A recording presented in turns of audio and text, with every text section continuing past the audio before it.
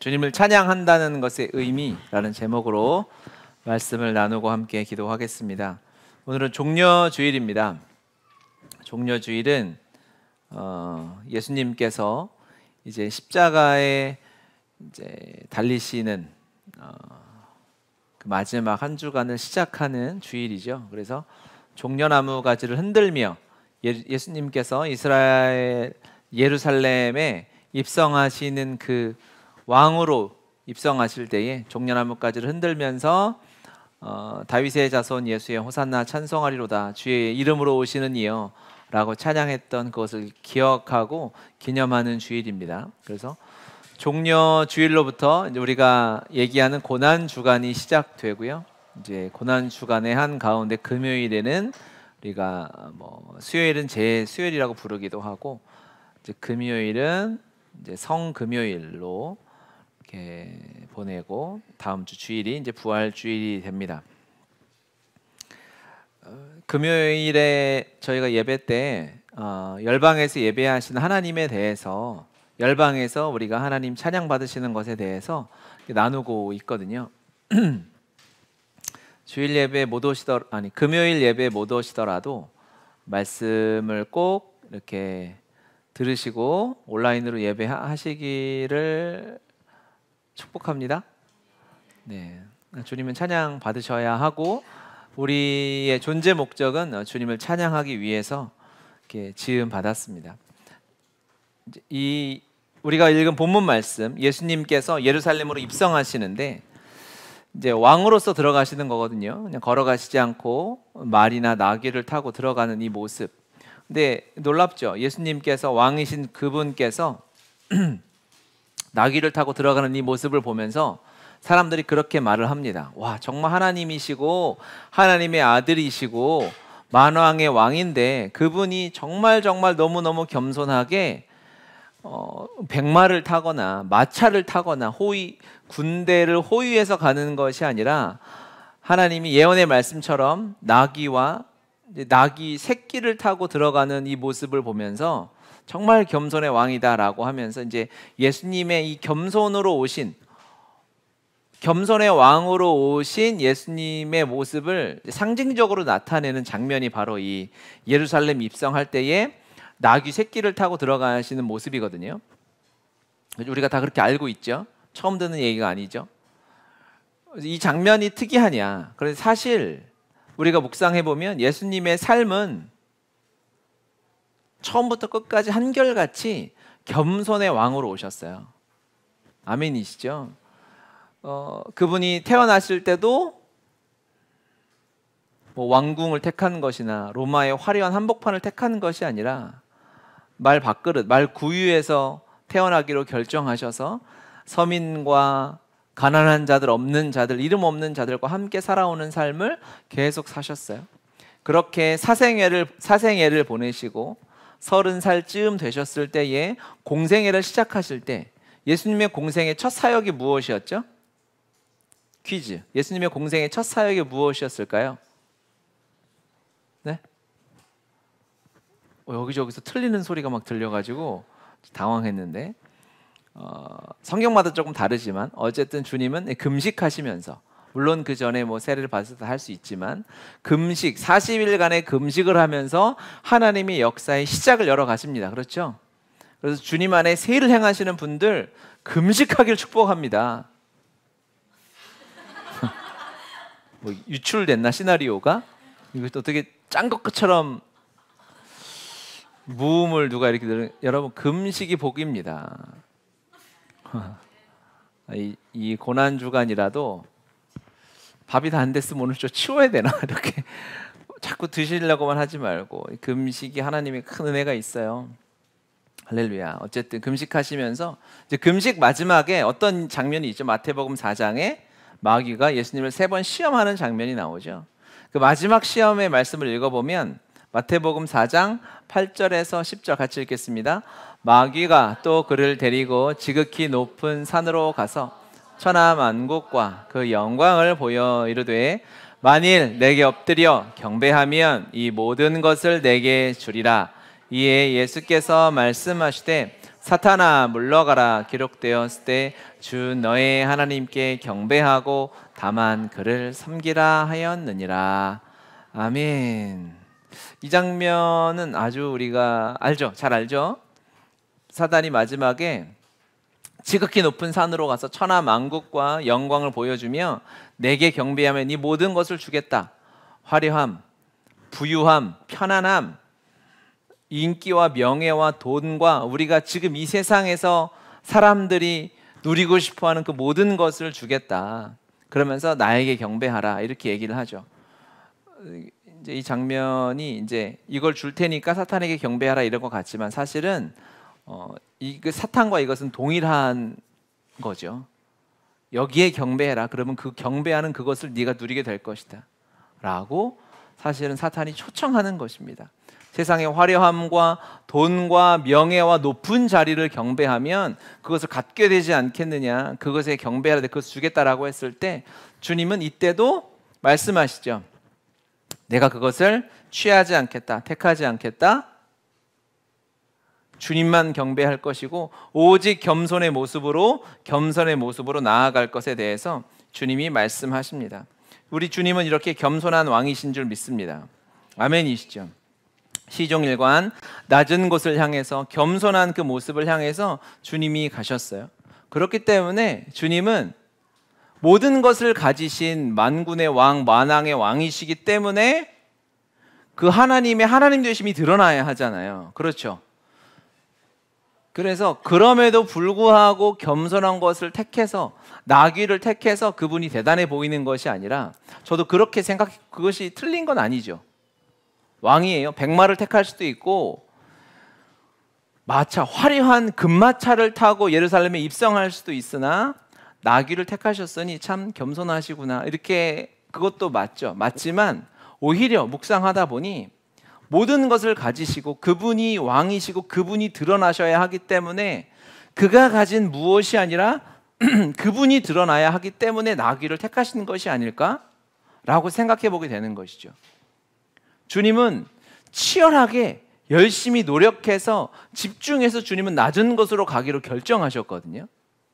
세상에 화려한 것이 아니라 없는 자들, 오히려 화려하고 많은 사람들, 군중들이 몰려와서 돈을 갖다 바치려 하고 나의 왕이 돼주세요, 나의 종교의 지도자가 돼주세요 라고 했을 때 주님은 그 자리를 자신의 의지를 들여서 피하셨어요. 그렇죠? 그리고 오히려 낮은 곳으로 하나님 앞에 겸손하게 무릎 꿇는 곳으로, 매맞는 곳으로, 죽는 곳으로 가셨다는 거죠. 왜 그럴까요? 그분은 왕이시기 때문에, 모든 것을 가지셨기 때문에, 모든 것을 가진 자가 그를 또 화려한 것으로 꾸미잖아요. 그러면 그가 가진 것에 주목할 수밖에 없어요.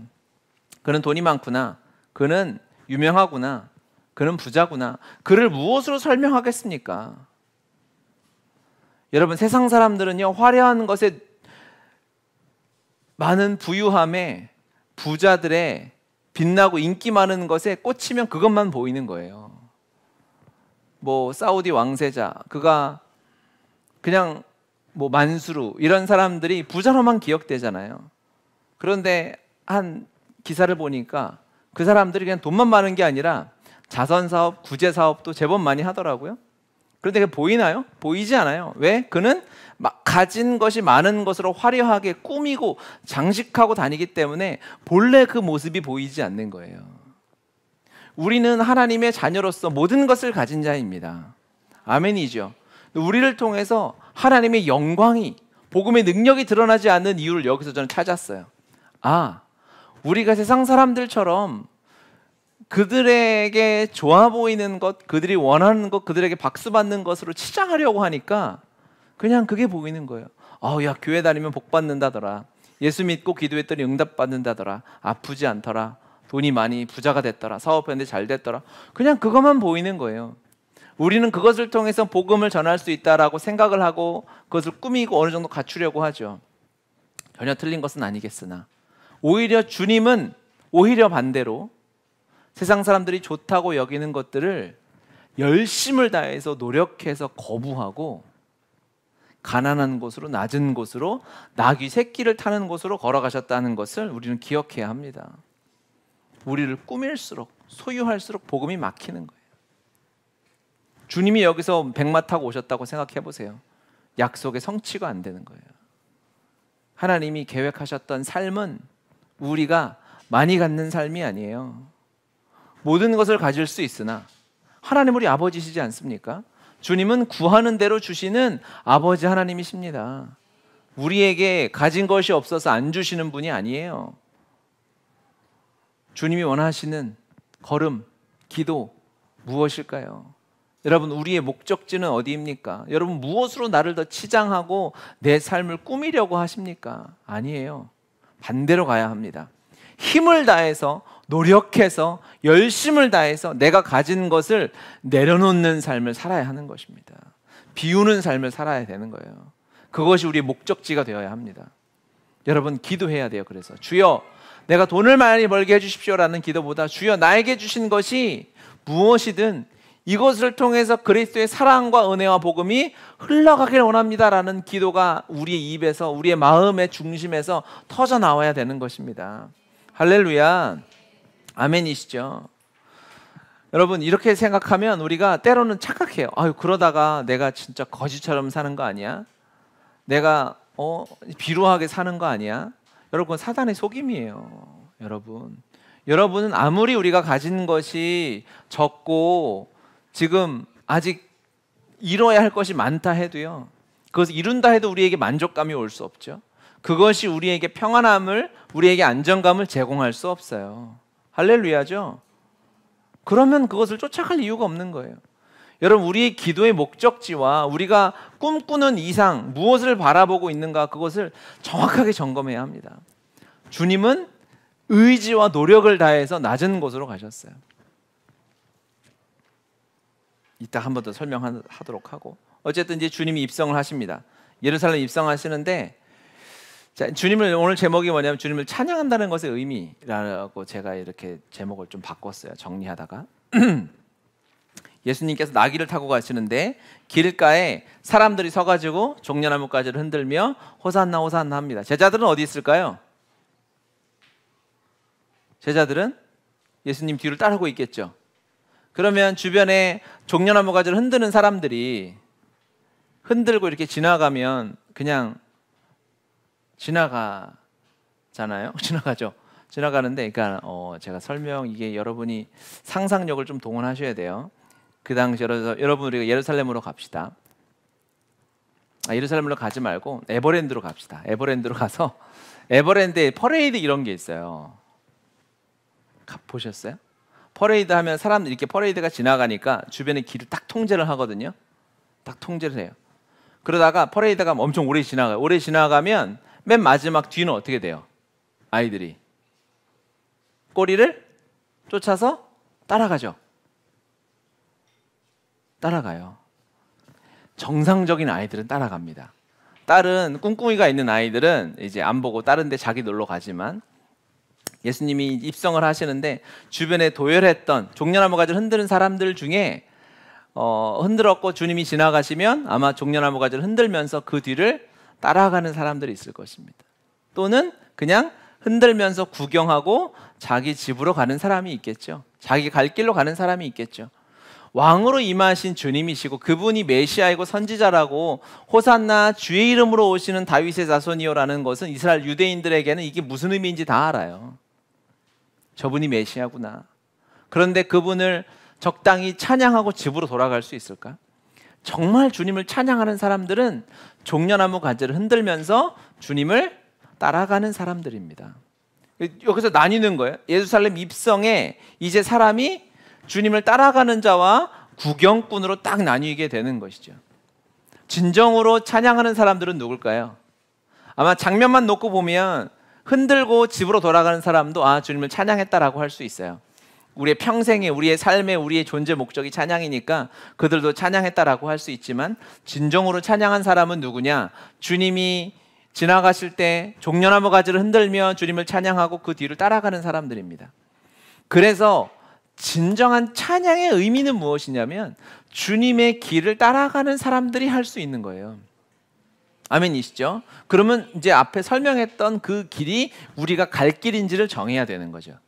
세상의 돈이나 명예나 화려함을 따라가는 길이 아니라 낮은 곳으로 없는 것으로 가진 것을 내려놓고 비우고 나누어 주고 섬기고 무릎 꿇는 자리로 가는 것이 우리의 삶일 때, 그것에 동의할 때 나도 그 길로 가겠습니다라고 동의하는 자가 하나님을 찬양할 수 있는 자입니다.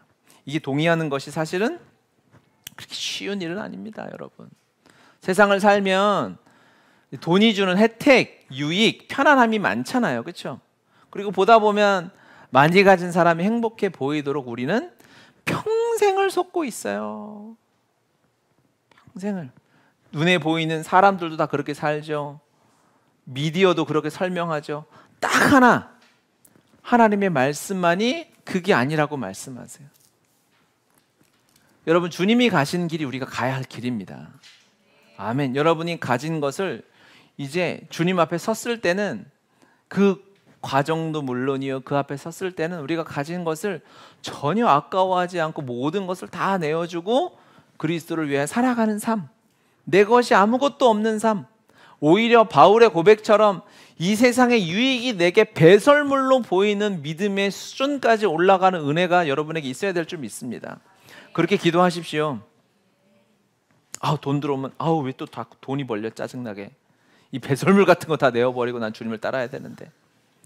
여러분, 실제로 목적이 주님이고 복음 전하는 데 있는데 사업이 잘 되고 돈이 많이 벌리잖아요. 그러면요, 귀찮아져요.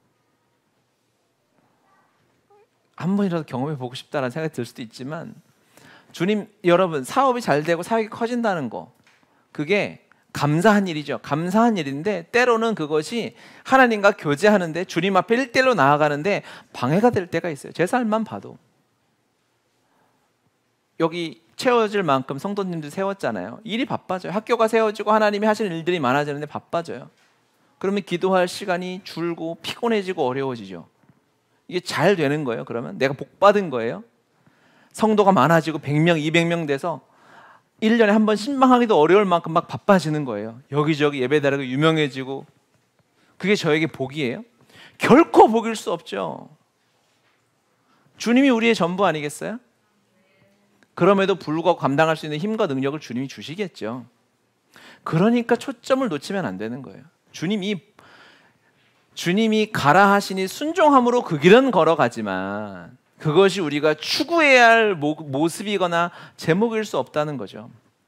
이게 좀 불편하게 느껴질 수도 있고, 벌써 여러분의 마음 안에 그러면 저 사람은 부자로 잘 살았는데, 이렇게 자꾸 태클을 거는 자는 회개하시길 바라고. 하나님이 말씀이 제시하는 길은 너무 명확합니다. 세상이 인정하지 않는 길이에요. 돈이 안 되는 길이에요. 돈 퍼주는 길이에요. 남들이 박수 받는 길이 아니라 힘든 길이에요. 주님 따라가는 길은 어려운 길이에요. 꽃길이 아닌 거죠. 그 길을 따라가는 자가 진정으로 우리의 메시아이시고 나를 위해 전부를 내어주신 그 십자가의 그리스도를 찬양할 수 있게 되는 것입니다. 그 찬양의 길로 함께 걸어가시는 여러분 축복합니다. 아멘. 여러분이 그 모습을 그렇게 바라든 바라지 않든 이미 주님이 복음의 교회를 인도하신 이상 돌이킬 수 없다. 아멘. 안 하셔도 괜찮아요. 제가 저보다 기도를 더 많이 하시든가, 주여 이들이 세상의 길을 버리고 오직 그리스도의 길을 따라가게 해달라고 기도하고 있으니까 쉽진 않을 거다. 이미 끝났다, 삶이. 할렐루야. 주님 감사합니다. 우리가 그 길을 더 적극적으로 살아갔으면 좋겠습니다. 또 이 길이 어떤 길이냐면, 첫 번째는 세상의 길과 다른 길입니다. 예수님의 길이에요. 또 하나 길은 뭐냐면, 우리 5절 한번 읽어볼까요? 본문 5절. 시온의 딸에게 이르기를 내 왕이 내게 임하나니 그는 겸손하여 나귀 곧 멍에 매는 짐승의 새끼를 탔도다 하라. 아멘. 이렇게 말씀하시는데요. 이제 이것은 성경에도 보면은 기억하고 밑에 스가랴 9장 9절 이렇게 각주가 달려 있어요. 스가랴 9장 9절에서 이미 메시아가 어떤 모습으로 올 것인지에 대해서 예수님이 오시기 400~500년 전에 예언의 말씀이 선포되어져 있는 것입니다. 그렇죠? 스가랴 9장 9절을 읽어볼까요? 시온에 따라 크게 기뻐할지어다. 예루살렘에 따라 즐거이 부를지어다. 보라, 내 왕이 내게 임하나니 그는 공의로우시며 구원을 베푸시며 겸손하여서 나귀를 타시나니 나귀의 작은 것 곧 나귀 새끼이니라. 스가랴에서 정확히 예언되어져 있죠. 메시아가 오시는데, 왕이 오시는데 구원을 베푸시고 공의를 베푸시는 그 왕은 너무너무 겸손해서 나귀의 새끼를 타고 오실 것이다. 말씀이 정확히 성취되어져요. 이 말씀이 성취되어진 때가 이제 이스라엘이 어떠한 상황이냐면, 이제 성경에 스가랴가 어디 있어요? 구약이 어디 위치해요? 창세기, 출애굽기, 스가랴 이렇게 하면 큰일 나는 거죠. 스가랴는 말라기 앞에 있어요. 이스라엘의 말라기, 이제 암흑기, 침묵기라고 하는 그 시기가 오기 바로 직전인 거예요. 학개, 스가랴, 말라기죠. 힘들고 어렵고 나라라고 부르기도 민망한, 군대도 없고 권력도 다 잃어버린, 군대가 있긴 있으나 나라로서 역할을 할 수 없는 약소국 중에 약소국인 거예요. 너무너무 힘들고 어려운 로마의 압제 통치 가운데 살아가고 있을 그때예요. 하나님의 꿈은 그때 꾸는 거예요. 하나님의 약속의 말씀은 언제 선포되어야 하냐면요, 가장 힘들고 어렵고 마음이 무너지고 내 삶이 바닥에 있는 것 같은 그때에 선포되는 것이 하나님의 약속의 말씀인 줄 믿습니다. 왠 줄 아십니까? 이때는요, 믿음이 없으면 결코 말씀을 선포할 수 없어요. 믿음이 있는 자만 선포할 수 있습니다. 10절 말씀 한 절 더 읽어볼까요? 다음 절. 내가 에브라임의 병거와 예루살렘의 말을 끊겠고 전쟁하는 활도 끊으리니 그가 이방 사람에게 화평을 전할 것이요 그의 통치는 바다에서 바다까지 이르고 유브라데 강에서 땅끝까지 이르리라. 아멘. 이스라엘은 엉망진창인 나라예요. 뭐 어디 무슨 전쟁하면 백전백패할 나라인데 주님이 완전한 평화와 화평을 이루실 것이고 바다에서 바다 끝까지 그리스도의 통치가 임할 것이다 라고 선포하는 거죠. 여러분, 주님을 따라가는 사람의 삶은 바로 이런 사람입니다. 이런 삶을 우리가 사는 거예요. 손에 잡히는 거 없을 때에 주님을 찬양하는 것이죠. 그리고 하나님의 약속을 선포하는 것입니다. 하나님의 일하심을 자랑하는 자인 줄, 그 삶이 우리의 삶이라는 것을 여러분 기억하시길 바랍니다. 할렐루야. 아멘이시죠? 아멘, 아멘. 우리가 이때인 거예요. 이때 우리는 하나님의 비전을 선포해야 하는 것입니다. 여러분의 삶에 있어서 무엇을 선포해야 될까요? 여러분의 가정의 모습을 보고 믿지 않는 사람이 있고 여전히 주님 앞에서 돌아오지 않는 가족이 있어요. 이때 선포해야 할 말씀이 하나님의 구원인 거예요. 이때 우리가 기도해야 할 것이 완전한 하나님의 회복이라는 거죠. 주님을 믿지 않고 교회 다니는 것도 싫어하는 가족들이 있을 그때에 꿈꾸시라는 거예요.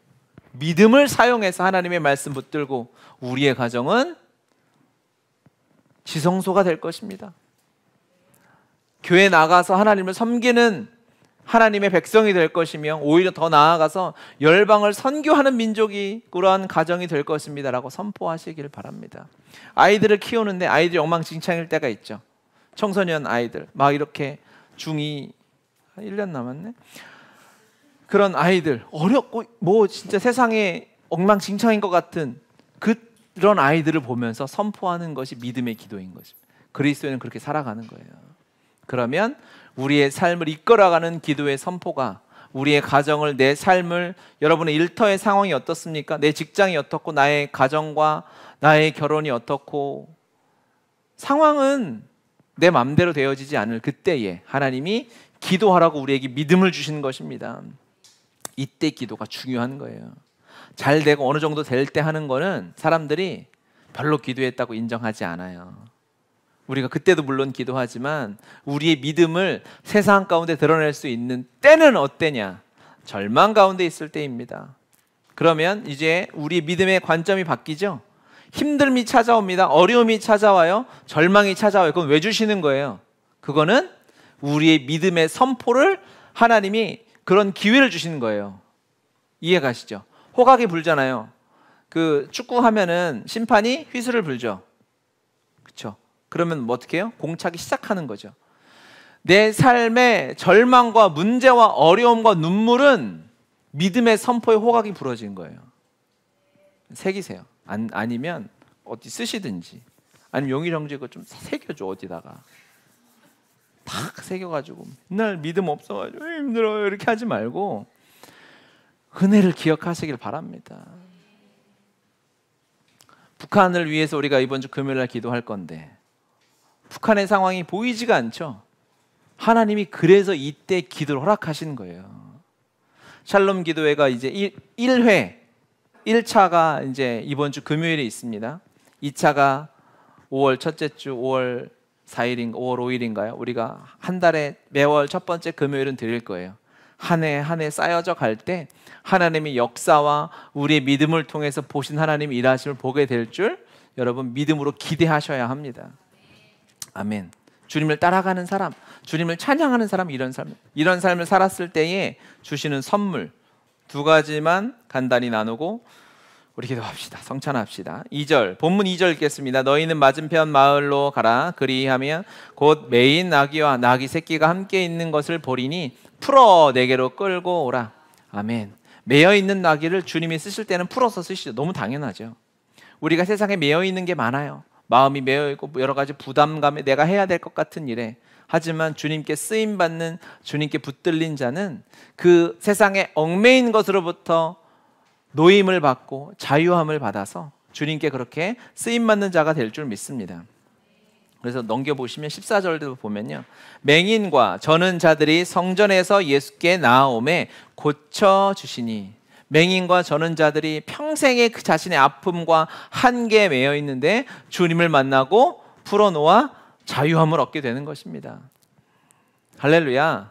주님 안에 우리는 미래 걱정에 대해서, 두려움에 대해서 자유함을 누리게 될 줄 믿습니다. 건강의 염려에 대해서, 이 세상 염려하는 시대잖아요. 너무 걱정이 많고 내가 책임져야 될 것 같고. 여러분, 누가 누굴 책임집니까? 어리석은 일이에요. 여러분, 여기 가장들이 가정을 책임질 수 있어요? 능력이 하나도 없으면서 뭘 그걸 책임져요? 하나님께 맡겨야죠. 자녀를 키우는 부모가 자녀를 잘 키울 수 있어요? 어느 누구도, 세상에 누가, 부모가, 어떤 부모가 자녀를 제대로 키울 수 있습니까? 하나님께 내어 맡겨야죠. 제가 능력이 뛰어나고 열심히 하면은 복음의 교회를 잘 섬기고 키울 수 있겠어요? 여기서 정신 못 차리고 아멘 하시면 안 돼요. 저는 할 수 없죠. 주님이 하셔야죠. 아멘이죠. 이 기도가 우리를 완전한 하나님의 자유함으로 주님 뒤 따라가는 자로, 주님 입성하시는데 잘난 척하고 나귀 앞에서 혼자 설치는 자가 아니라 주님 따라가는 하나님 예수 그리스도의 제자로 살게 하실 줄 믿습니다. 12절 13절 같이 읽겠습니다. 예수께서 성전에 들어가사 성전 안에서 모든 사람들을 내쫓으시며 돈 바꾸는 사람들의 상과 비둘기 파는 사람들의 의자를 둘러 엎으시고 그들에게 이르시되 기록된 바 내 집은 기도하는 집이라 일컬음을 받으리라 하였거늘 너희는 강도의 소굴을 만드는도다 하시니라. 아멘. 주님을 따르는 자들에게 주시는 선물은 성전이 회복된다, 예배가 회복된다는 것이죠. 성전에 지금 예배당 앞에는 장사하고 매매하고 종교인들만, 교회 근처에서 이걸로 어떻게든 내 밥벌이를 하려는 사람만 가득한데, 주님이 다시 교회가 어떠한 곳인가, 만민을 위하여 만민이 나와서 하나님께 기도하는 곳, 하나님과 교제를 회복하는 곳이라고 성전의 성전됨을 회복해 주시는 것입니다. 이러한 주님의 길이 비록 힘들어 보이고 어려워 보일지라도 우리의 힘을 다해 노력을 다해 이제 내가 성공하려고 노력하는 것이 아니라, 남들보다 한 걸음 더 앞서가려고 노력하는 것이 아니라 다 내어놓고 그리스도가 가신 길을 걸어가려고 할 때에, 여러분, 교회는 누구를 키워야 할까요? 어떤 목사님들은 그런 경우도 있어요. 교회에서 엘리트를 키워야 되고 성공하는 사람들을 키워서 세상을 변화시켜야 된다라고 말하는 사람들도 있어요. 저는 결코 동의할 수 없습니다. 그런 사람들은 세상에서 어디 학원에서 키우면 되고요, 스스로 그건 열심히 노력해서 하면 되고, 교회는 하나님의 예수 그리스도의 공동체는요, 세상을 섬기는 자, 아무도 가지 않으려고 하는 그곳에 보내는 그런 그리스도의 제자를 키워내는 것이 우리 교회가 되어야 할 줄 믿습니다. 우리 찬양하고 기도합시다. 우리 그런 주님을 찬양합시다.